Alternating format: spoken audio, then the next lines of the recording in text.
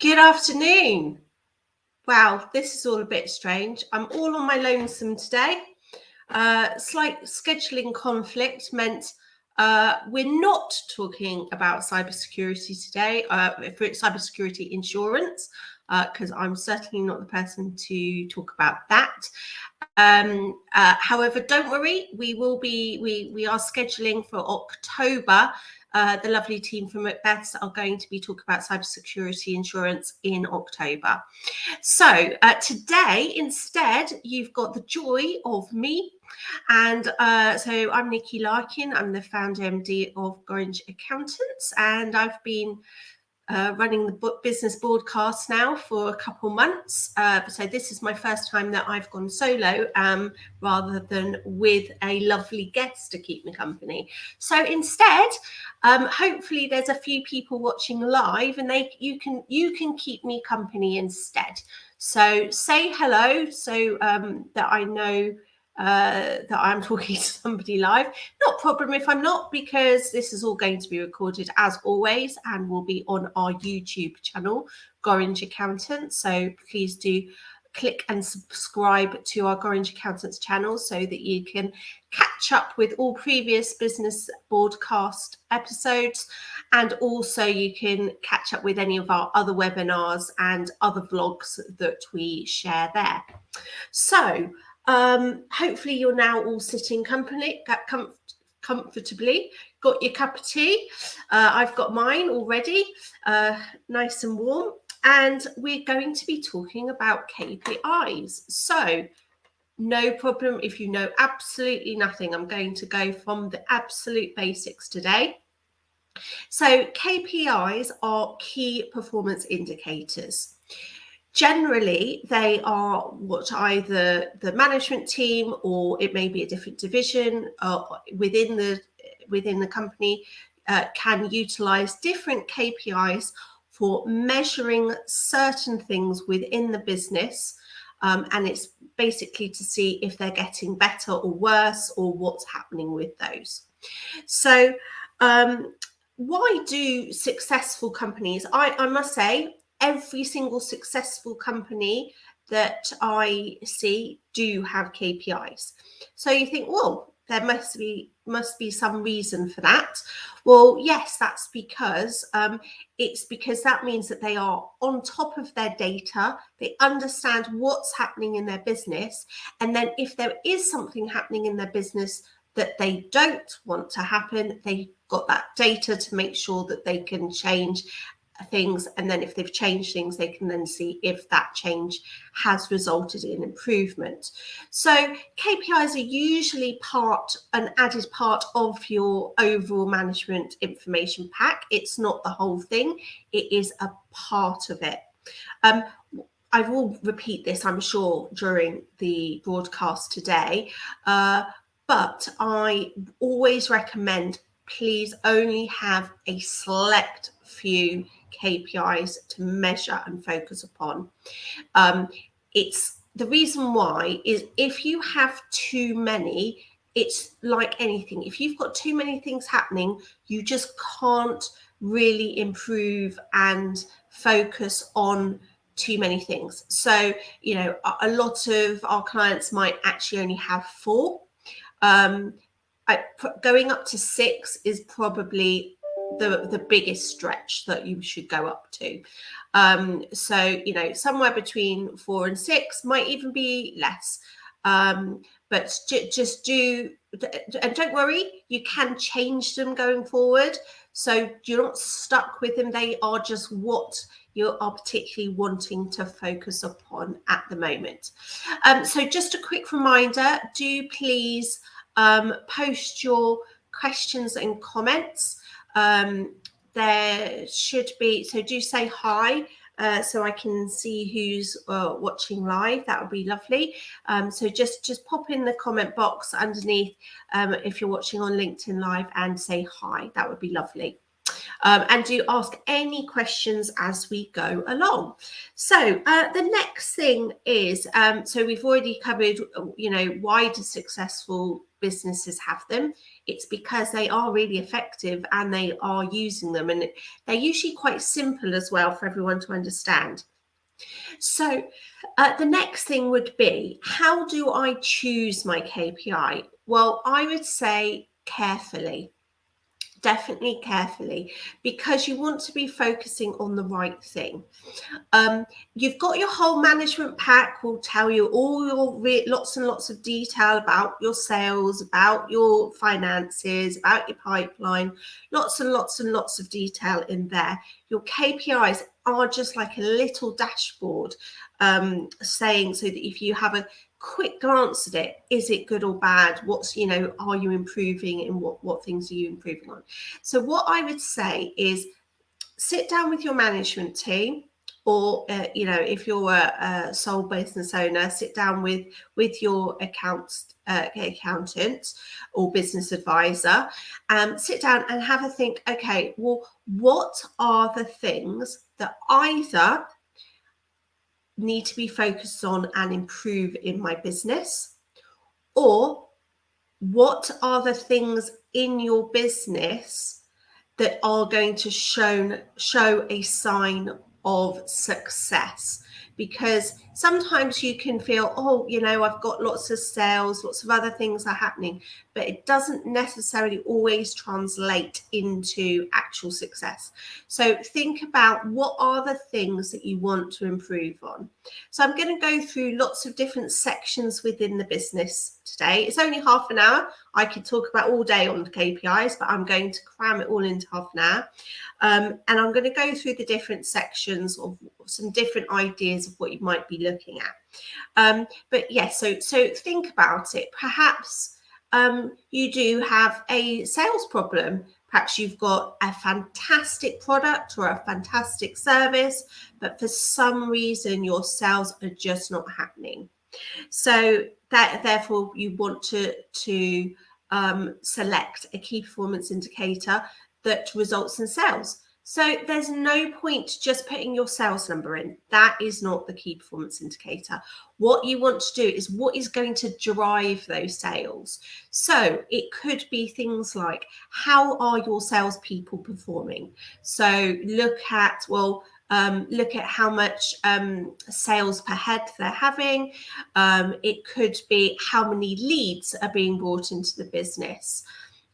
It could be, if you rely upon client referrals, how many good client reviews are you getting? Because the more client reviews you're getting, the more you're going to be seen, and therefore hopefully more people will then be driven into your business. So select very carefully what is the actual driver, because certainly, like for sales is a numbers game. It's about how many leads have you had, how do you then qualify those leads, what quality of leads are they, where are you getting them all from? One thing that we've always calculated, I know definitely for over 10 years of since we've run the business, is looking where our leads come from. So we don't even have it, we don't have it on our KPIs at the moment, because it is just something that we always do. But if you were wanting to focus where your leads, we structure them into 3 different sections. You may have different groupings, but we basically split them into client referrals, networking referrals, and internet leads. Internet stroke advertising leads. We used to have it advertising when it was 14 years ago, and you just put your little advert in the local directory, business directory. But now most leads are, a lot of it, marketing activity is done on the internet, so we just basically call it internet leads now, but caters for all of those.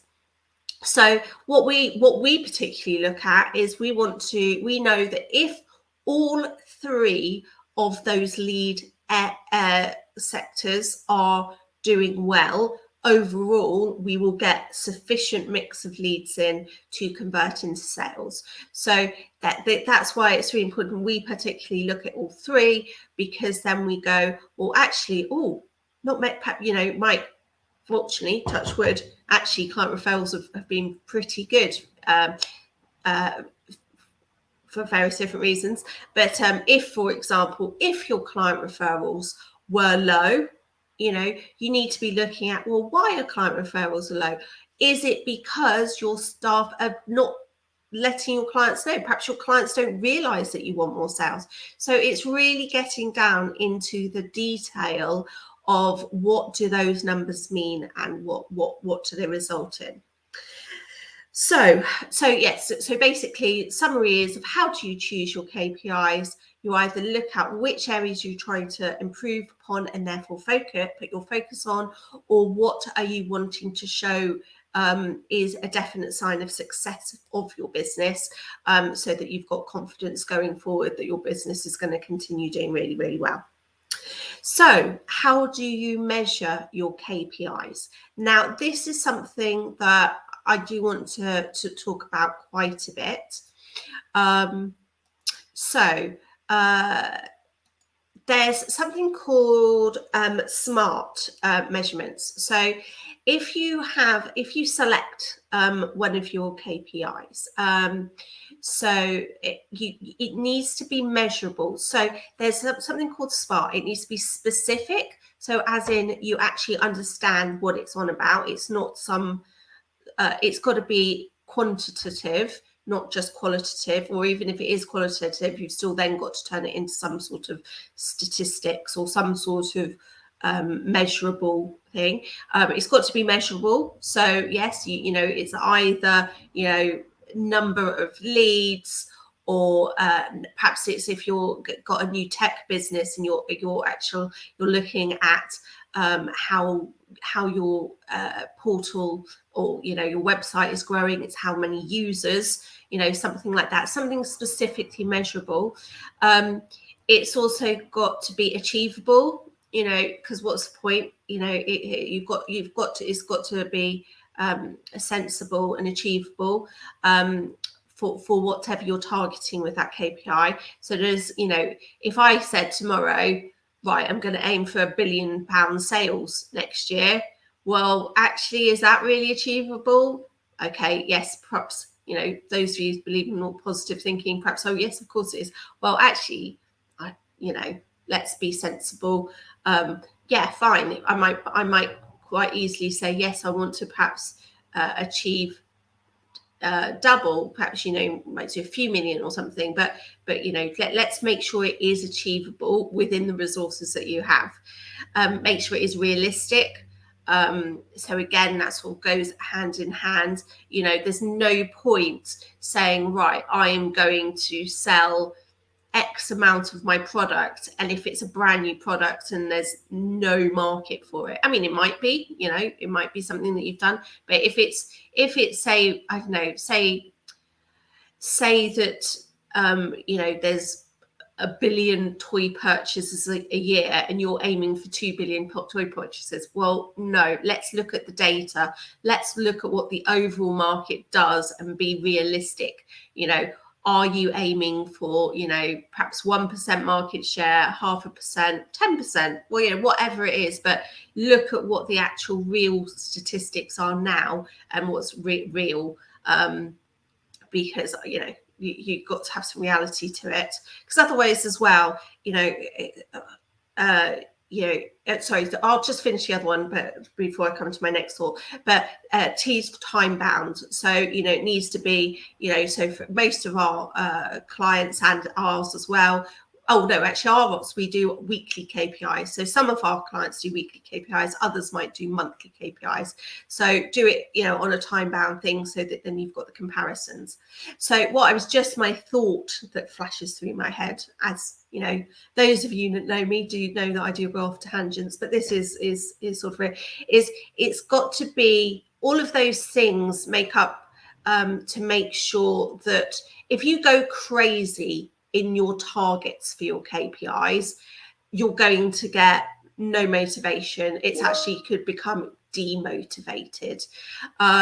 So if you can try and make sure that look at what I'm not someone that believes completely on you go by your history completely to make your new targets, because you make your own success, but it still is an indication. So if you are going, if I said tomorrow to my team, oh yeah, we're going to do 50 million turnover next year, I don't think anyone will be bought into that. 5 million, yeah, no props, but well, they might not argue for that too, but it's got to be, you've got to bring your team with them. There's no point having measures and targets that are just demotivating the team. They need to be things that that are controllable. Again, so that's why you wouldn't have macro elements in there. There's no point.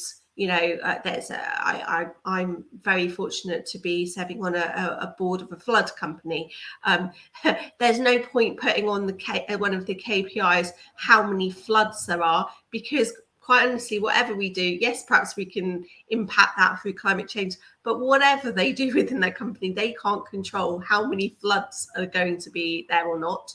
It's got to be something that is something that the team can impact upon. So next one, so how to measure them. What I would just say is for measuring is make sure that you do it regularly. There's no point if you're doing it monthly. So say you were doing you're about to do the August ones, so we're coming up to the end of August. There's no point doing the calculations for August in December. That's just going to be ancient history. So make sure that these are things that you can quickly find the data for and calculate. And if you can't quickly find it, change the methods, change the processes so that you can get that information more quickly, but quicker.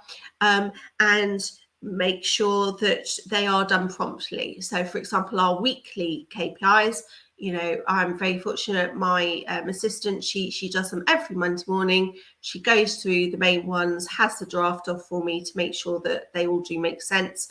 And that they've got them. So you've got them at the beginning, so you know what happened last week, and then you're set up to go, right, okay, great, we're doing really well on that particular area, but perhaps we need to have a little bit more focus on that. And then you bring in the relevant people and focus upon that area that you need to have some more focus on, and to make some improvements. So the real key things for that measurement is making them timely, but also making them straightforward. That they're not going to be things that take forever to actually calculate. It needs to be zippy, and not a drain on resources. That's another thing you don't want. So if it's sales things, you don't want your salespeople spending more time on calculating different things for different sales statistics than actually going out in front of clients and doing potential sales. It needs to be an integral part of their process. So whether it's within their CRM system, or even if it's just a simple thing done, pulled from their calendars of how many meetings they're having, it's got to be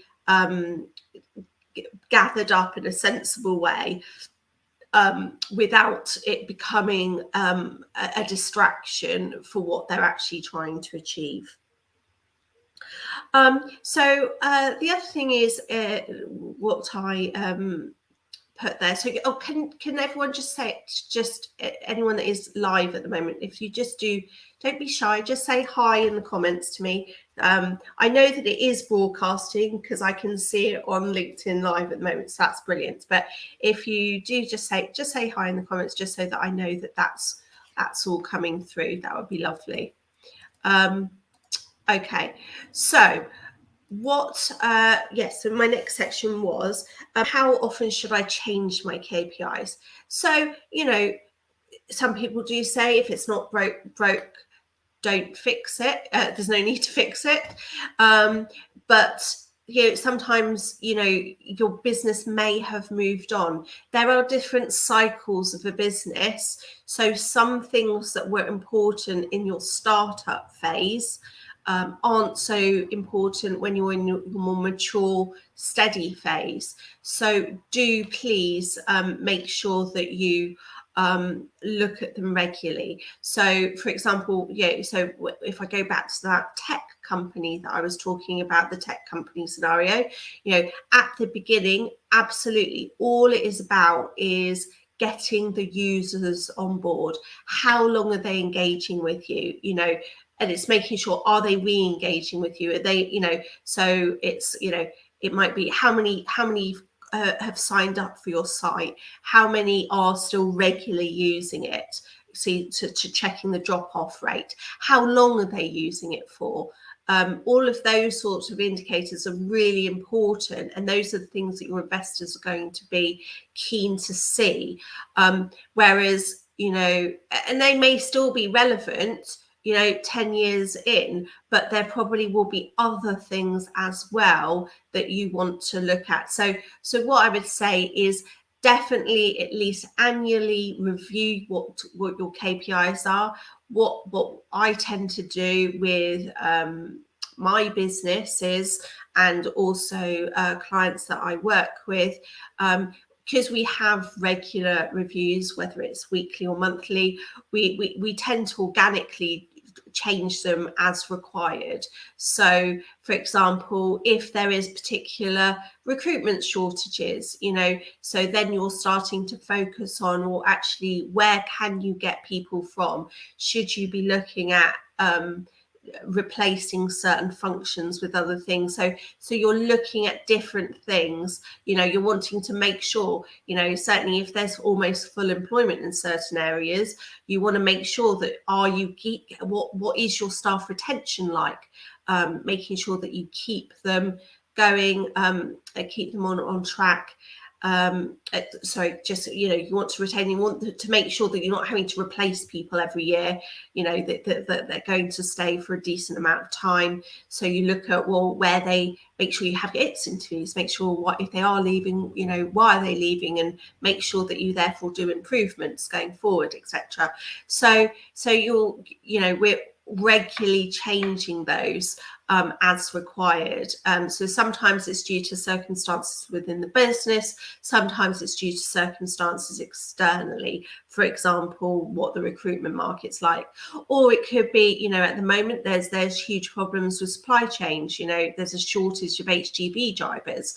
So it's looking at, okay, so some businesses, they were doing just in time stock delivery, etc., but now they might be looking at, actually I need to hold higher levels of stock because otherwise that's impacting upon my sales. So, and of course, holding higher levels of stock means that you're utilizing more of your resources, you're having to store it, your working capital is being tied up in that stock. So there's lots of different impacts. So you're having to look at different areas of your business. And so that's not, so it's not just all about the key thing, so I'm coming to wrapping it up now. So it's key not to be just looking at, it's not pure pounds and pence type drivers. You're looking at different areas of your business.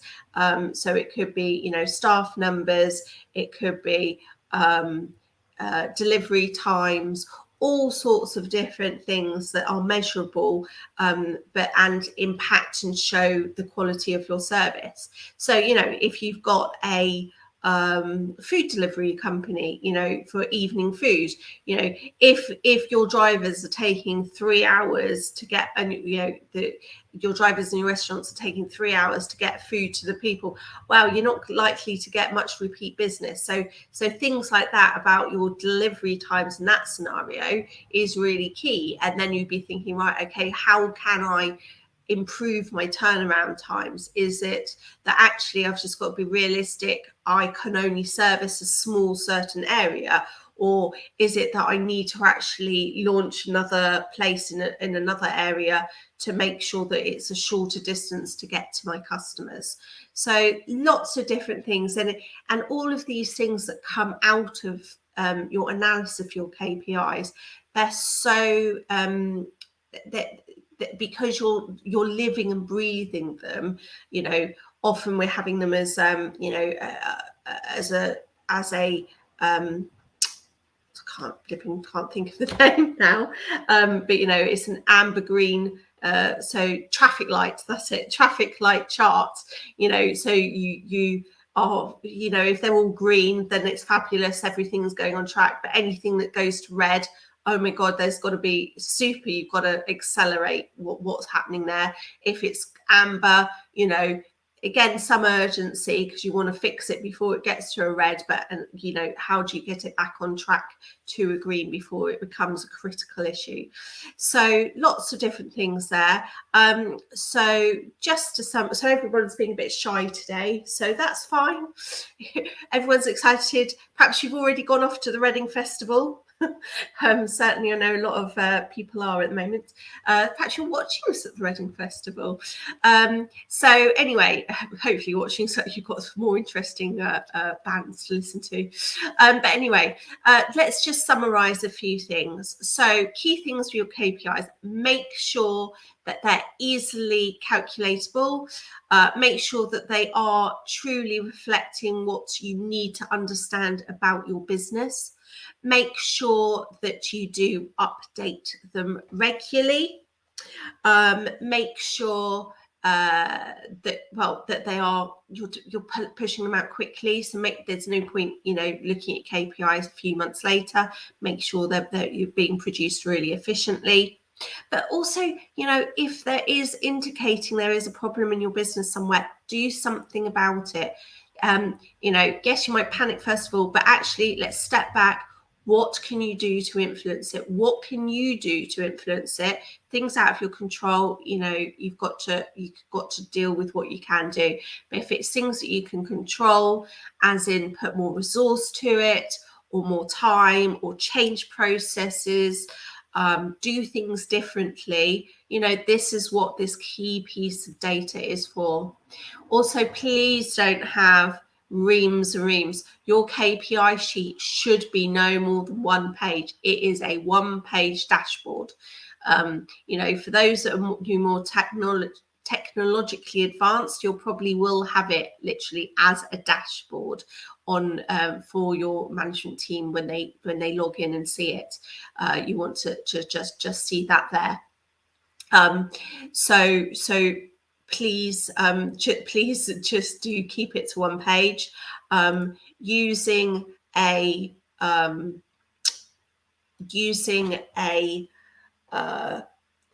color system helps. Do obviously make sure that you check if there's people in your team that are colorblind. So make sure that it is appropriate colors that people can actually differentiate between.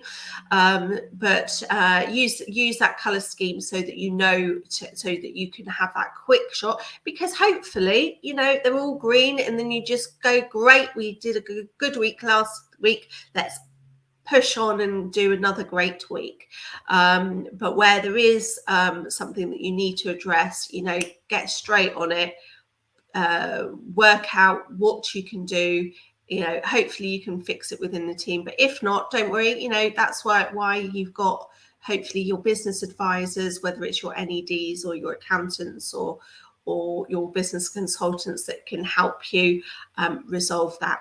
So anyway, hopefully that wasn't too painful listening to me for 30 minutes. Thank you very much for those watching live, and also thank you if you're watching on catch up on YouTube. We've got some fabulous business broadcasts coming up in the next few weeks. Let me tell you what is happening next week and the following weeks.